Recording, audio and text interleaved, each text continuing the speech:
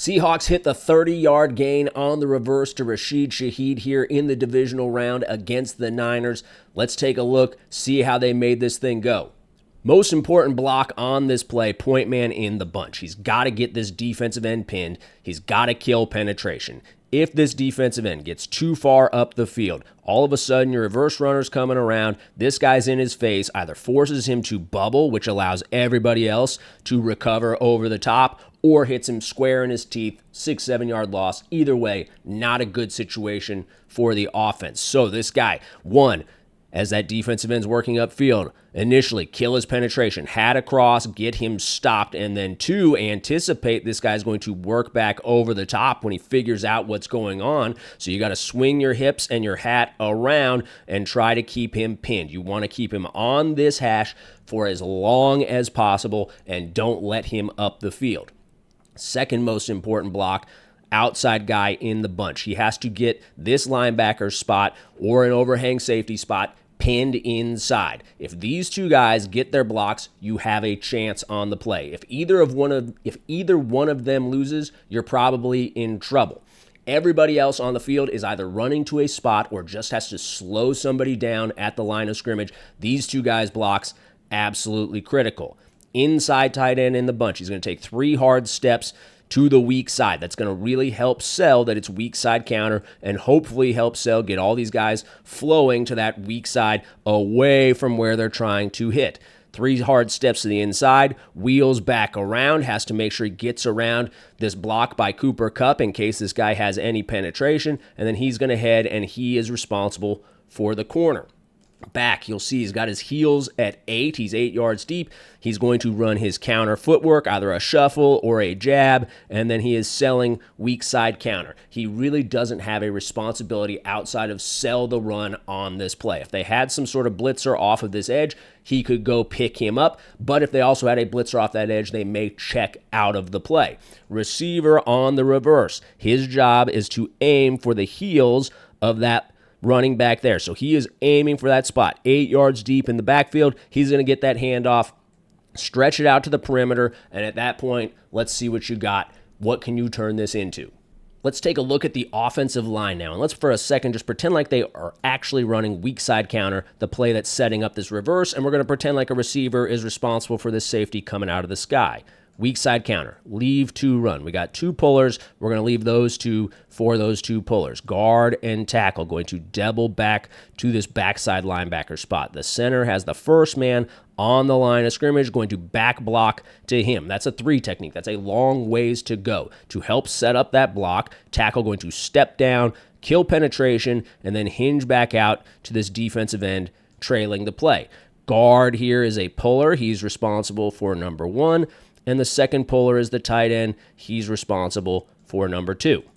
Because this is the reverse, and since Cooper Kupp is responsible for this defensive end, now the tackle, he doesn't have to worry about hinging back out there, right? And a couple different ways that you can look at getting this play started. And it looks like what the Seahawks are going to do is they're going to pin this defensive tackle. So just like they're pinning the end with Kupp, they're going to pin the DT with number 72 right here. And he's going to go mentally count 1 1,000, 2 1,000. Then he's going to release flat down the line, get in the alley, work vertical, and look for anybody who's wearing a jersey that doesn't look like his and hit them.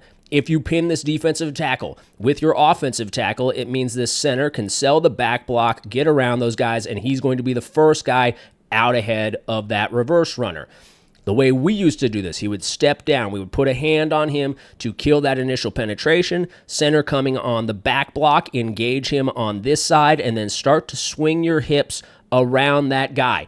You're trying to get your hat play side so you can keep him, if he feels it, you can keep him away from the ball carrier. But you're banking, this guy's going to feel the hinge block, he's going to feel the back block, he's going to say, hey, that's run away. And he's going to work into that center's body, and once the center starts working past him, he's going to say, oh, I got a free run to the ball carrier. He leaves, center gets out, he's leading the charge. 2 different ways to look at it. You watch the way the Seahawks run it right here, you're probably going to say, hey, that's pretty damn good. As a coach, you might be like, maybe I'm switching to that. Guard here, he is a designated puller. He's pulling no matter what, he has this defensive end. In the NFL, this tackle steps down, this guy pulls. 99 times out of 100, this guy is screaming as fast as he can to come and blow up this pulling guard, trying to compress the hole on the weak side run helps set that block up pretty well for the guard. On this backside now, the guard here, his job not a whole lot different than the centers. He's got a down block, then he's going to start swinging his hips and hat around this guy, and once he gets to the front side, he's going to head into the play. And I'm going to let it play really quick right here. You'll see how little it takes to get that guy a little discombobulated at the line of scrimmage. He's too big, too slow, not going to be able to redirect in time to become a factor. All it takes, a quick engage, get to the play side, and go. Backside tackle now. He is running that deuce track, a double team track to this backside linebacker. Got the open gap right there, going to make it nice and easy. Got to come through the heels of that defensive lineman so he can go as flat as possible. They know the double team target is 43, so he would like to get across his face. And if he feels this guy redirect, he would like to get him blocked so that they can get that wall built in here. Now, if this guy is still taking the bait on the weak side run, forget him. Stay on the move. I'm going to let it play. You'll see a little indecision here by 67. 43 has read the play. At this point, in my opinion, for 67 right there, he's redirected. I'm just going to take him. Let's get this thing started. He makes the decision to keep going. Not the end of the world. There's plenty of other guys who can pick up the trash. But once you've done that, don't look back. Keep those eyes downfield. If you've got 2 guys out here, it means you got 9 other guys coming from that direction. Somebody is going to show up. Stay downfield. Keep your eyes inside. I don't coach for the Seahawks. They didn't ask my opinion. That's just what I think that guy should do on this play. Now let's take a look at 76 out ahead of this thing. Offensive lineman in the NFL. If you're going to make it, you've got to have some head in you. They love getting out in space and trying to get their hands on these tiny DBs. And it's really hard and it's frustrating because those DBs are about 70, 80 pounds lighter, if not more. They're quicker, more nimble, more agile, really hard to get a hold of them. But when they do, that's when the head comes out. Right here, he's able to get his hands on number 6. Definitely a little extra. Finally gets his chance. Take him to the sideline. He's got a little head in him. And in the NFL, that's a good thing.